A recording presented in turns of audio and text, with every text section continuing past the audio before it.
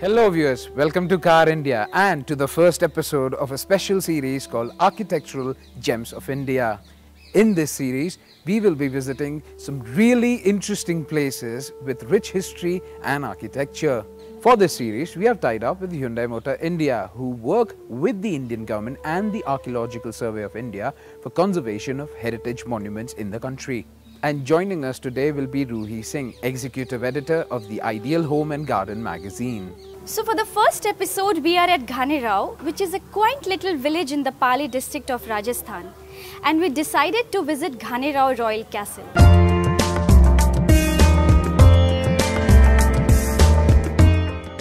Standing bold for more than 300 years, or to be precise, dating back to 1606, the marvelous structures of Ghanerao Royal Castle reflects beautiful Rajputana architecture. As you enter the castle, the beautiful synchronization of the outdoors and the indoors will surely take you to a royal era. However, such structures require restoration, which is more about fostering a deep appreciation and learning more on why they exist, rather than just keeping the historical structure standing tall and looking as beautiful as ever. Ghanerao Royal Castle is also undergoing restoration under the supervision of architect Gaurav Mathur of GM Architects. So without wasting time, let's know more about the history of Ghanerao Royal Castle from the owner himself. As far as dates are concerned, there may be a lot of, because you can only refer to that much data, but 1606 is when the family received its Jagir from Mewar, Udaipur. And so that's probably the time when Mirabai had just passed away. Mirabai is something in 1557. She passed away, and that's probably the time when the family actually receives its Jagir and started living here in this region, which is called Ghanerao. So the hotel, which is run by my cousin, has about 15 rooms. These are all premium, high quality rooms. There is no categorization. They are all of the same kind of quality.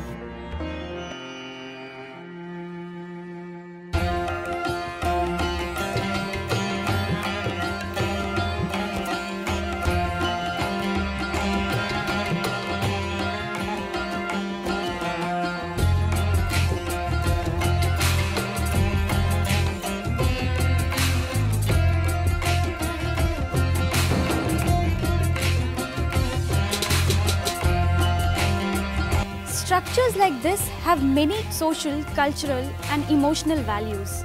Therefore, restoring a structures like this is not just about restoring an aged building, but also about restoring sentiments attached to it. Let's know more about the restoration from the architect himself. So this is a 3-floored structure, and the family wants to stay here, as well as family wants to kind of contribute themselves into the overall development and growth of art and craft which is existing here. So what they plan is that they want to make some accommodation for themselves on the top floor, but the lower 2 floors they want to kind of revive art and culture, because if you go around this vicinity, there's a lot of water first of all, and you have Kumbhalgarh in the vicinity. Ranakpur is hardly 6 kilometers, and then Udaipur is 100 kilometers on one side, Jodhpur is 100 kilometers on the other side. So there are a lot of people who are coming in.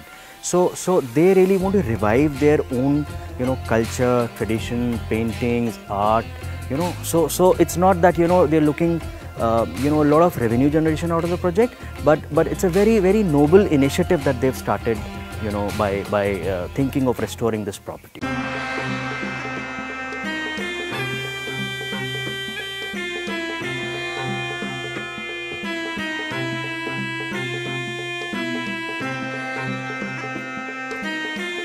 The adhesive between these bricks is basically the mud mixed with cow dung and the couple of 1 or 2 more components, So we finally said, decided that, this material is sustained here for more than 400 years, taking up a temperature of 45 degrees to maybe 2 degrees or 3 degrees. So that's the most apt material for this. So we finally decided that we're not going to change this. So we're going to do the restoration in the same material.